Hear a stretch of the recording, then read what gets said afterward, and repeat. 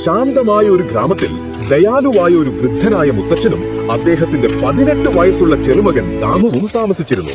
മുത്തച്ഛന് ഫലഭൂയിഷ്ടമായ ഒരു വലിയ ഭൂമിയുണ്ടായിരുന്നു. പക്ഷേ ദുഃഖകരമെന്ന് പറയട്ടെ, വിളകൾ വളർത്താൻ അദ്ദേഹത്തിന് വിത്തുകളില്ലായിരുന്നു. കൃഷിയിൽ സഹായിക്കാൻ ആരും മുന്നോട്ട് വന്നില്ല. ഒരു ദിവസം മുത്തച്ഛൻ മരിച്ചു. ഭൂമി മുഴുവൻ ചെറുപ്പക്കാരനായ ദാമുവിന്റെ കൈകളിൽ ഏൽപ്പിച്ചു. നടക്കുമ്പോൾ ദാമു ഒരു പക്ഷി നിലത്ത് കിടക്കുന്നത് കണ്ടു. അതിന്റെ ചിറക് ഒടിഞ്ഞിരുന്നു. ദാമു പക്ഷിയെ പതുക്കെ എടുത്ത് വീട്ടിലേക്ക് കൊണ്ടുപോയി. മുറിവേറ്റ മൃഗങ്ങളെ മുത്തച്ഛൻ എങ്ങനെ സുഖപ്പെടുത്തിയിരുന്നുവെന്ന് അയാൾ ഓർത്തു. അങ്ങനെ അയാൾ കുറച്ച് പച്ചയിലകൾ ചതച്ച് ഒരു പേസ്റ്റ് ഉണ്ടാക്കി പക്ഷിയുടെ ചിറകിനടിയിൽ ശ്രദ്ധാപൂർവം പുരട്ടി. 2 ദിവസം ദാമു പക്ഷിയെ ദയോടും ക്ഷമയോടും കൂടി പരിപാലിച്ചു. പെട്ടെന്ന് തന്നെ പക്ഷിയുടെ ചിറക് സുഖപ്പെട്ടു. അത് ചിറകുകൾ വിടർത്തി ആകാശത്തേക്ക് പറന്നുയർന്നു. ദാമുവിന്റെ ദയ പക്ഷി ഒരിക്കലും മറന്നില്ല.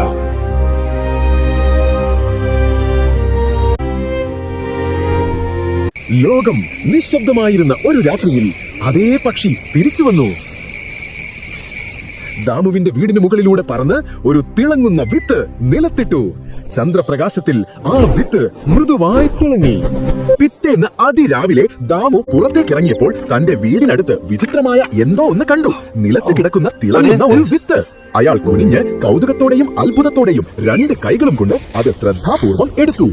ദാമു ഒരു ചെറിയ കുഴിയിൽ ശ്രദ്ധാപൂർവം വിത്ത് നട്ടു. എന്തെങ്കിലും നല്ലത് സംഭവിക്കുമെന്ന് പ്രതീക്ഷിച്ച് അയാൾ അത് മണ്ണിട്ട് മൂടി നനച്ചു. ദാമുവിന് ആരും തന്നെ ഇല്ലായിരുന്നു. ദാമു നിരാശനായി കൃഷിയിടത്തിലേക്ക് നോക്കി നിന്ന് ഇനി എങ്ങനെ മുന്നോട്ട് നീങ്ങും എന്നൊക്കെ ചിന്തിച്ചു. ഏതാനും ദിവസങ്ങൾക്കുള്ളിൽ അവിശ്വസനീയമായ ഒന്ന് സംഭവിച്ചു. ഒരു രാത്രിയിൽ വിത്തിട്ട സ്ഥലത്തു നിന്നും ഒരു മാന്ത്രിക ചെടി മുളച്ചു വന്നു. അതിന്റെ ശാഖകൾ തിളക്കമുള്ളതും നല്ല പഴങ്ങളും കൊണ്ട് നിറഞ്ഞു നിന്ന് അതിമനോഹരമായ മണവും.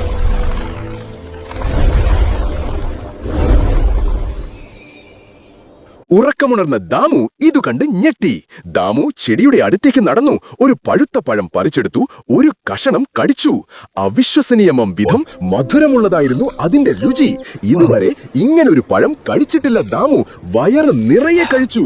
അയാളുടെ മുഖത്ത് ഒരു പുഞ്ചിരി വിടർന്നു. ഇത് ശരിക്കും പ്രത്യേകതയുള്ള ഒന്നാണെന്ന് അയാൾക്ക് മനസ്സിലായി.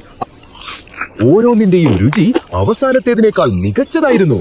പക്ഷികൾ കൊക്കുകളിൽ വിത്തുകൾ വഹിച്ചുകൊണ്ട് ദാമുവിന്റെ കൃഷിയിടത്തിലാകെ വിതറാൻ തുടങ്ങി. മഴ പോലെ തോന്നി, പക്ഷേ വെള്ളത്തിനു പകരം വിത്തുകൾ എല്ലായിടത്തും. ഏതാനും ദിവസങ്ങൾക്കുള്ളിൽ ദാമുവിന്റെ ഒഴിഞ്ഞുകിടന്ന വയലുകൾ ഫലവൃക്ഷങ്ങളുടെ പറുദീസയായി മാറി.